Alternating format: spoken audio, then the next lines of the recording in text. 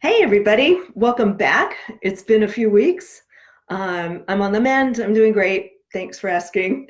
Um, I'm Debbie Gerbeck, in case you don't know, and I help people 50 plus find their next inspiration.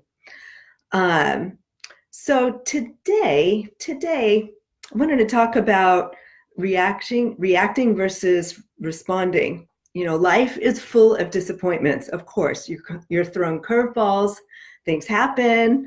Um, and, now is a really stressful time. The holidays have started, and I think during this time, your emotions are just kind of on edge. There's a lot of pressure, family pressure, present pressure, lots of pressures. So a lot of curveballs might be thrown your way. Um, and so I want to talk about responding versus reacting and what that means. So before we get to that, please go to my homepage on secondhalftransitions.com, fill out the form, and I'll send you a free download, my pamphlet, How I Found My Inspiration and How You Can Find Yours in 3 Steps. So getting back to the topic at hand.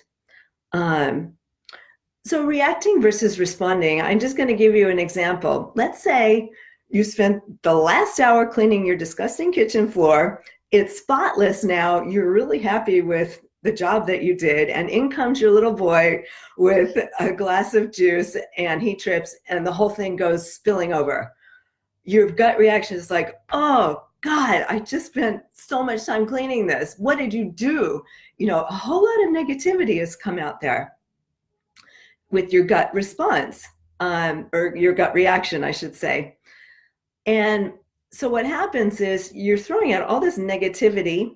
Your son's upset because he got you upset. He probably is defensive. It wasn't my fault. It was an accident.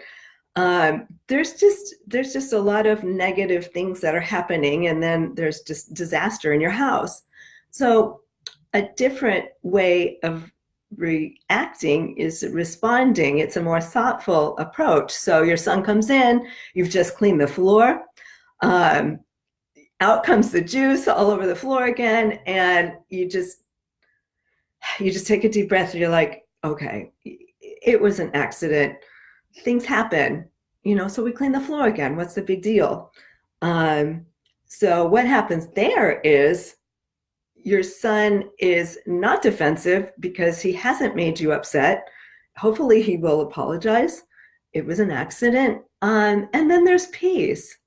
And so you can take these two ways of handling curveballs that come your way, and you can choose how you're going to react and how you're going to respond.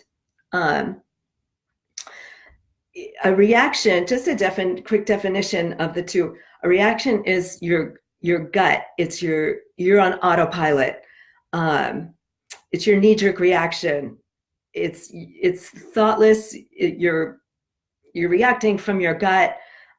It's usually full of negative energy, and that is reaction. A response is more thoughtful. It's coming from your brain and your heart, and it's your choice to take a moment to have a thoughtful reaction, just like a quick analysis of the situation.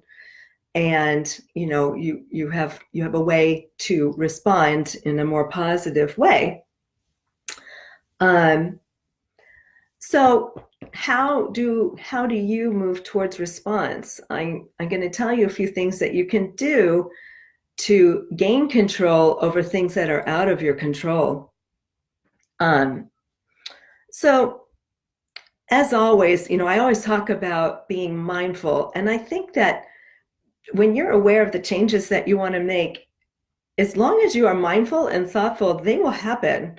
Because you're aware, you're taking steps to get to that place that you want to be. So as always, this is one of those two. You want to change into a more positive response rather than a negative reaction.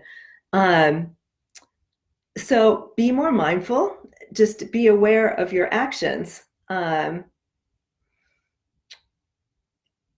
Every day, which might help you, every day, just tell yourself, today, I'm going to take steps to be more mindful. And with this awareness, this will happen. It might take some practice, but if you do it a lot, it will become natural. You'll have more thoughtful responses, and in so doing, your life could be a little more calm, a little more peaceful, especially around this time of year. One way of doing this is to practice pausing. So let's say a situation comes up and you're aware of this and you're being mindful. Just stop a second, just stop 2 seconds, 1 second. It's like, take a deep breath. Okay, how can I handle this? How can I do this? And this will give you the choice. Like I said, this will give you the choice as to how you're going to deal with this. That's a big one, just to take a step back and be mindful of not reacting, which is what I said. And lastly, as always, write down these things. So you're going to kind of do a little tally sheet. Times that I've reacted, times I responded, and what were the situations? And in fact, you might start to see that you were starting to react and you consciously began to head towards responding in a more positive way, and congratulate yourself. That's fantastic, because you're doing what you want to do. So just give this a try every day and see what happens. And, be sure to pat yourself on the back, because you deserve it. That's it. That's today's topic. And it's been a few weeks and I really love doing this. So I'm excited that I'm back. And thank you so much for showing up for my show today.